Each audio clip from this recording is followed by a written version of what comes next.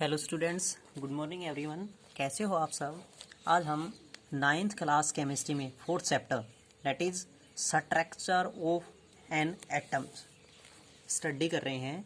उसमें आज का हमारा टॉपिक है drawbacks of Rutherford's model of an atom. कि जो कल हमने स्टडी की थी Rutherford's model of an atom and it's observation, Rutherford model of atom और उसके ऑब्जर्वेशंस के बारे में स्टडी की थी।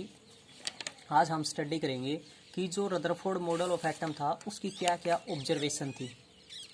तो ऑब्जर्वेशन के बारे में स्टडी करते हैं।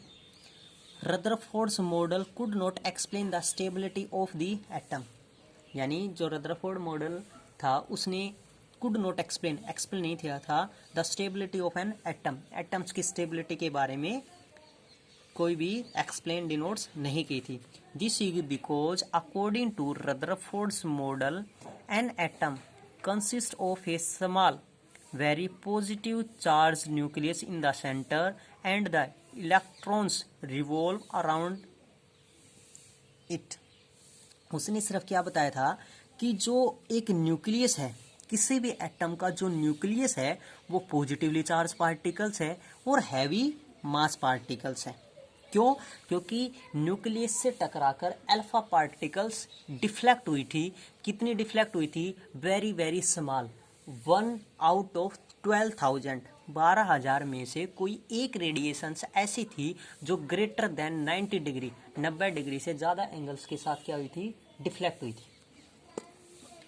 और उसने यही बताया था कि डिफ्लेक्ट होने का कारण यही था कि पॉजिटिवली चार्ज न्यूक्लियस है और हैवीली मास पार्टिकल्स है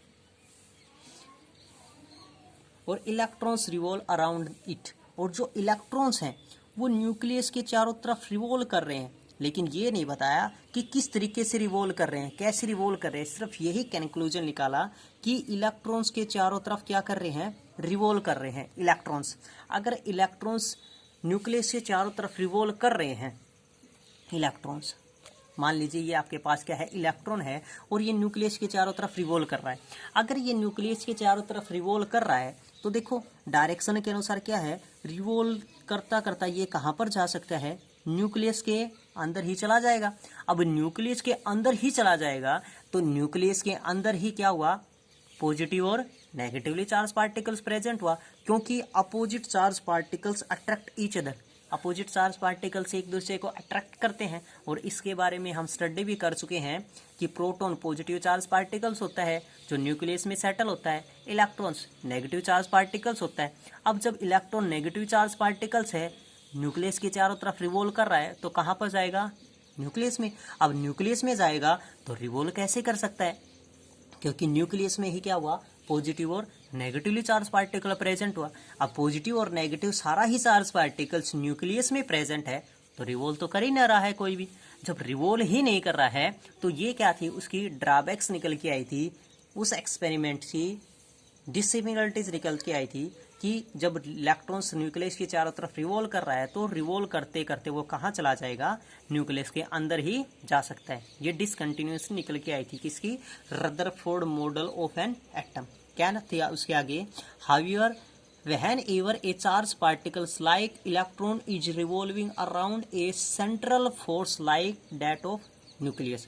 अब जब वही इलेक्ट्रॉन्स नेगेटिव पार्टिकल्स है वो रिवॉल्व कर रहा है किसके चारों तरफ? न्यूक्लियस के चारों। It losses energy continuously in the forms of radiation, यानी वो लगातार क्या है? अपनी एनर्जी लॉस करता चला जा रहा है, यानी अपनी जितनी उसकी एनर्जी है वो continuously in the form of radiation losses, अपनी एनर्जी को क्या कर रहा है? लॉस कर रहा है।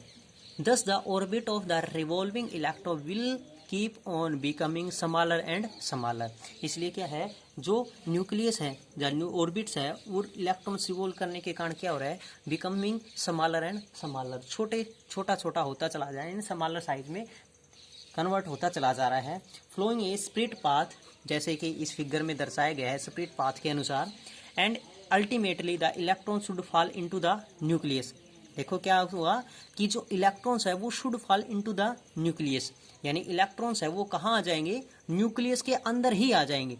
इन other words the atom should collapse से however this actually does not happens and the atom is quite stable. लेकिन ऐसा तो पॉसिबल नहीं है। क्यों पॉसिबल नहीं है?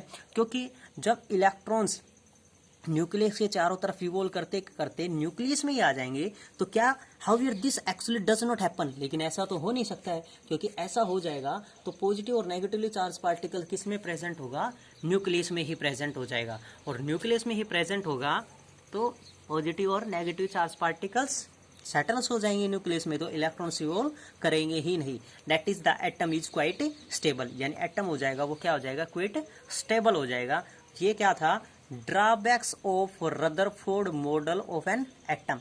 जो Rutherford model of an atom था उसकी ड्रॉबैक्स थी कि क्या क्या उसकी डिसिमिलरिटीज निकल के आई थी, जिस वजह से जो Rutherford model of an atom था वो पॉसिबल नहीं उसका था। लेकिन उसकी क्या पॉजिटिवली बात निकल के आई थी? उसकी ये पॉजिटिव बात निकल के आई थी कि जो न्यूक्लियस है वो पॉजिटिवली चार्ज पार्टिकल है और हैवी मास पार्टिकल्स है। क्यों? क्योंकि पॉजिटिवली चार्ज पार्टिकल्स किस वजह से है? Due to present of proton, because proton consist positive charge. क्योंकि प्रोटॉन पर पॉजिटिव चार्ज होता है और पॉजिटिवली चार्ज होने के कारण हैवीली पॉजिटिव चार्ज पार्टिकल्स है। और due to present of neutron, neutron की प्रेजेंस होने के कारण हैवीली मास पार्टिकल्स है। तो जो न्यूक्लियस है वो heavily charge, positively charge particles और हैवीली मास पार्टिकल्स को डिनोट्स करता है।